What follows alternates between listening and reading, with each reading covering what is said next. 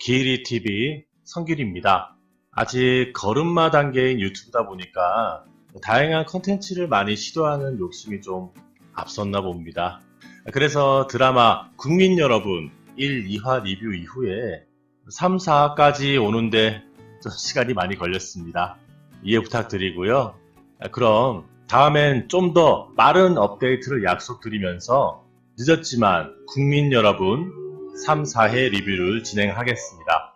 2화의 마지막에 등장한 박 회장의 딸인 박후자 역의 김민정의 복수의 이유를 설명하면서 3화는 시작합니다. 현재 기획부동산의 준비 작업을 끝내고 손님만 모시면 시작할 수 있는 단계까지 온 양정국 패밀리. 여기서 패밀리는 사기단 정도로 해석해 주시면 됩니다. 그리고 남편 양정국 몰래 진흥수사팀으로 보직을 이동하여 양정국의 정체는 모른 채 기획부동산 현장으로 체포하러 가는 김미영. 거기에 양정국 패밀리 중 한 명을 잡아서 뒤를 쫓는 박후자까지. 여기까지가 국민 여러분 1, 2화의 마지막 씬이었습니다. 이런 긴박한 상황에서의 마무리, 시청률이 올라갔을까 궁금했는데요. 와, 8.2%를 기록했더라고요. 첫 회인 만큼 기대치가 높을 수 있다는 기대감도 있지만 반면에 애청하고 있던 드라마가 있다면 넘어오기 쉽지 않은 첫 화의 시청률이라는 것을 감안해보면 나쁘지 않은 기록이라고 볼 수 있죠. 3화는 그 상황을 빠져나가는 이야기와 그 과정에서 전혀 뜻밖의 상황이 발생되는 이야기를 담고 있습니다.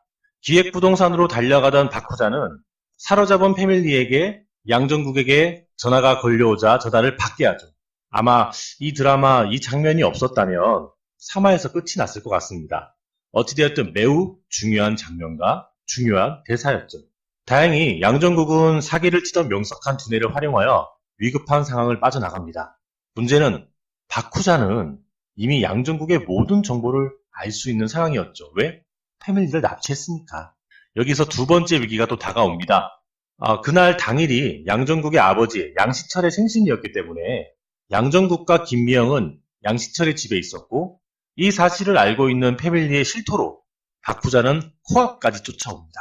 이때 도망가는 장면은 양정국의 평소 행실과 그로 인해서 그를 도와주는 주민들이 보입니다. 갑자기 들이닥쳐도 당황하지 않는 주민들과 양정국을 반겨주기까지 하는 모습은 앞으로 시작할 드라마에서의 양정국의 비춰질 모습을 마치 보여주는 것 같기도 했는데요. 하지만 결국 그렇게 도망을 쳤음에도 박후자에게 잡힐 위기에 처한 그때 양정국은 경찰차가 순찰을 도는 것을 보게 되고 그리고 한쪽 골목에서 모자를 눌러 쓴 시민이 걸어오는 것도 보게 됩니다. 그 순간 기지를 발휘해서 냅다 주먹질을 해버리죠. 누구에게? 모자 눌러 쓰고 걸어오고 있는 그냥 일반 시민한테 말이죠. 단순 폭행으로 경찰이 잡아가기를 바랬던 것 같은데요. 하지만 이 일로 인해서 양정국은 국민의 영웅이 돼버립니다. 우리가 흔히 말하는 용감한 시민인데요. 이 이야기가 어떻게 된 거냐면 즉 모자를 눌러 쓴 시민이 연쇄 살인마였고 경찰도 2년 동안 잡지 못했던 범인을 양정국이 냅다 주먹질을 해서 잡아버린 거죠.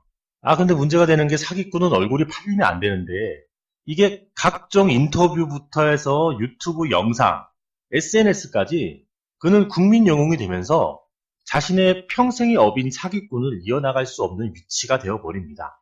그리고 3화는 끝이 나죠. 자, 그럼 이어서 4화 이야기를 해볼 텐데요. 4화에서는 박후자 이야기가 주가 됩니다.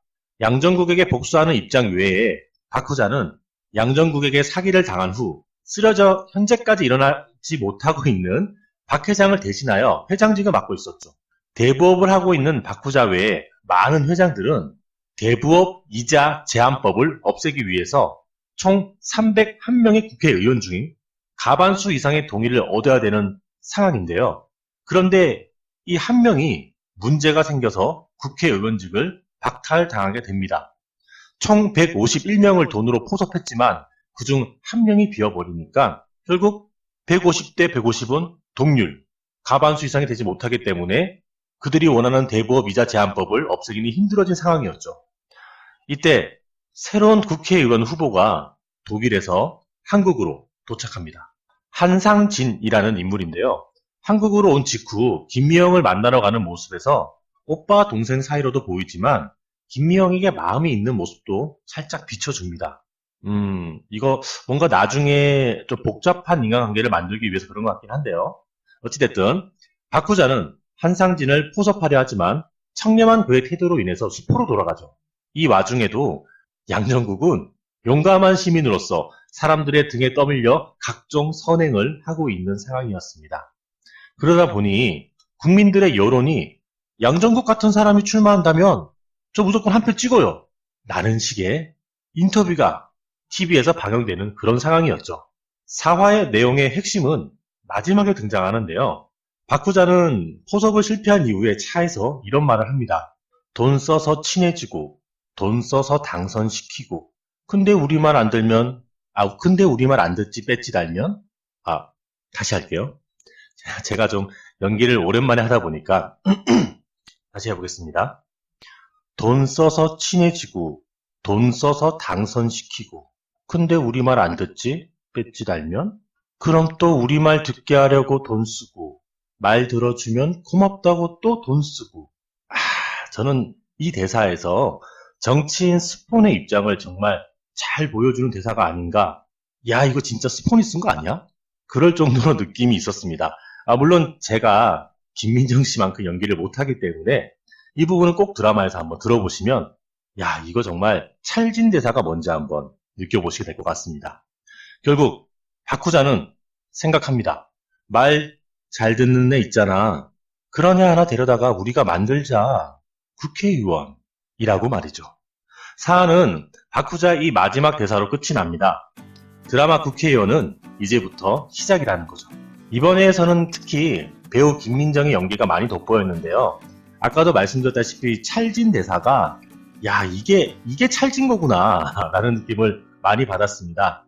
그리고 그거 외에도 이제 드라마의 갈등을 구성하기 위한 배우들이 한두 명씩 등장하는 모습도 생각보다 괜찮았던 것 같아요.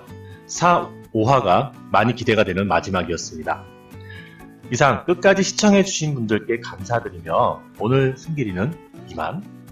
노력하는 성길이에게 구독과 좋아요 그리고 많은 관심 부탁드립니다. 감사합니다.